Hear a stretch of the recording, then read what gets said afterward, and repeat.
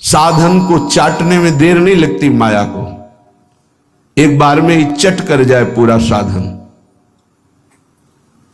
ऐसे ऐसे अपराधों की वृत्तियां प्रेरित करती कि एक अपराध से पूरा साधन चट जाए। साधु अवज्ञा तुरत भवानी, कर कल्याण अकिल कयानी। परम चतुर नटनागर आश्रयदाता अंदर से युक्ति प्रदान करते हैं, बच, इस युक्ति से बच। उन्हीं की माया है तो वही चाल जानते हैं बचाने की, इसीलिए कहते हैं मामेव ये प्रपद्यन्ते, केवल मेरी शरण में हो जाओ। माया तो इतनी प्रचंड है कि भगवान को भी भगवान मानने के लिए तुम्हारे हृदय में स्थान नहीं रखेगी, स्थान ही नहीं रखेगी, इतनी मलिन वृत्ति कर देगी, तभी तो दुर्गति कराती है। अगर थोड़ा भी भगवान का आश्रय है, भगवान उसे बचाते हैं, इस माया के तूफान से उसे बचा लेते हैं। हृदय में पुनः वृत्ति जांच कीजिए इस बात की कि अपने आराध्य देव की जगह कोई वस्तु, व्यक्ति, स्थान तो नहीं ले रहा है, क्योंकि इसी आश्रय से आपको भगवत प्राप्ति होगी। हम प्रार्थना करते हैं इस बात को देख लीजिए, सब साधन एक तरफ, आश्रय एक तरफ। भगवान आश्रय को देखते हैं, वो हृदय से होता है। अगर बाहरी चूक हो रही तो मेरे प्रभु बड़े कृपा निधान हैं।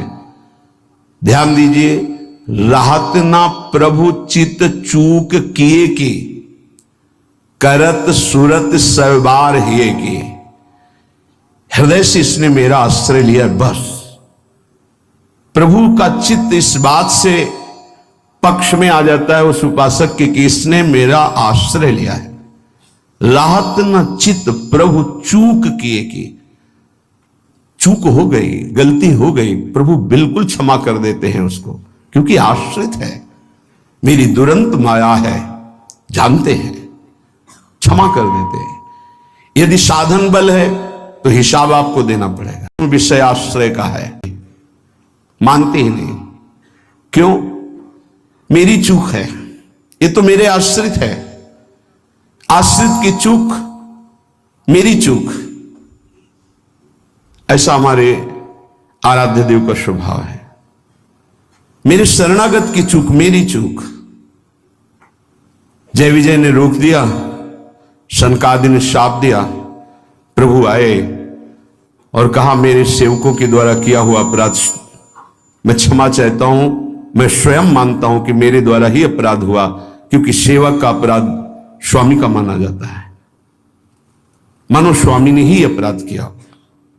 हृदय भर आता है प्रभु की इस आश्रयदाता वृत्ति पर।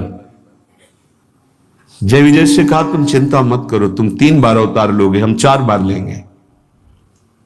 भगवान ने 4 बार अवतार लिया। रावण कुंभकर्ण भगवान राम रूप से अवतरित हुए। हिरणाक्ष हिरण्यकश्यप भगवान नरसिंह वाराह रूप से प्रकट हुए। वाराह रूप से हिरणाक्ष को परमधाम, नरसिंह रूप से हिरण्यकश्यप को शिशुपाल दंतवत, श्री कृष्णचंद्र जी के रूप में 4 अवतार ले। तुम चिंता मत कर। भगवत आश्रय गुरु कृपा का फल है। गुरुदेव कृपाल हुई, भगवत आश्रय दृढ़ हो गया।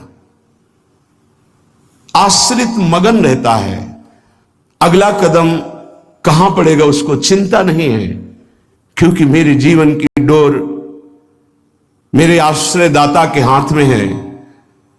वो जिधर लगाम से खींचेंगे उधर ही इंद्रिय और बुद्धि ये सब उधर ही लग जाएंगे। नाथ आप देख लो, मैं आपकी शरण में हूं। बड़े बड़े महाभागवतों ने इसी आश्रय के बल पर मायावी नाना प्रकार के काम क्रोधात पर विजय प्राप्त की। ये बड़े मायावी, समझ में ही नहीं आता। अगर शत्रु शत्रु के रूप में आए तो समझ में आवे, लेकिन शत्रु परम मित्र के रूप में आ जाए तो समझना बड़ा मुश्किल होता है। शत्रु यदि रिश्ते नाते के रूप में आ जाए बड़ा कठिन होता है। तो मन बुद्धि का संबंध बहुत समय से देहाभिमान में है। देहाभिमान में ही ये सब छुपे हुए विकार बैठे हैं, पता नहीं चलता, ऐसा लगता है हम निर्विकार हो गए, पर विकार छुपे हुए सूक्ष्म रूप से रहते, अवसर आने पर प्रबल हो जाते हैं। इसलिए उपासक आश्रय, देवर्षि नारद को प्रचंड माया का भगवान से प्रेरित होकर आक्रमण करना, मोहित हो जाना, बिल्कुल तन्मय हो जाना, पूरा प्रसंग में ध्यान से सूक्ष्मता से देखिए। वो कह रहे इस समय कोई साधन भजन नहीं होगा, बस मुझे ब्याह करना है। लेकिन उस समय भी आश्रयदाता की स्मृति नहीं गई। ये आश्रय जोर का होता है। विचार किया कि मेरा हितैषी कौन, बोले हरि।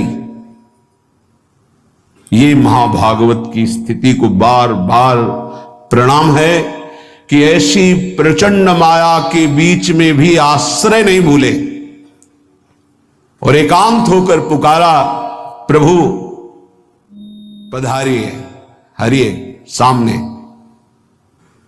कहा नाथ हृदय से प्रार्थना करता हूं, जे ही विधि होए नाथ हित मोरा, करो सुबेगी दास में तोरा।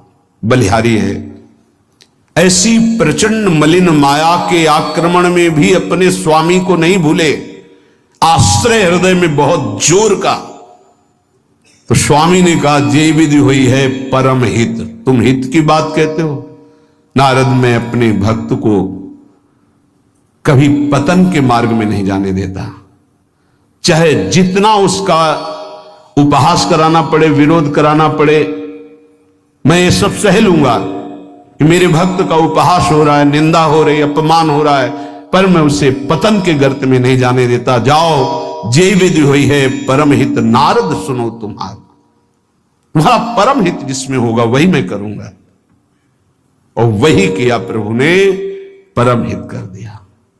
इसलिए आश्रय, आश्रित को किसी भी तरह से कोई भी परास्त नहीं कर सकता। खास बातें हैं। जहां किसी ने आश्रित को यह देखा कि इसमें तो ना तप है ना बल है, तो वो ये नहीं देख पाया कि आगे तो आश्रित दिखाई देता है, लेकिन गोद में बैठा है आश्रयदाता की।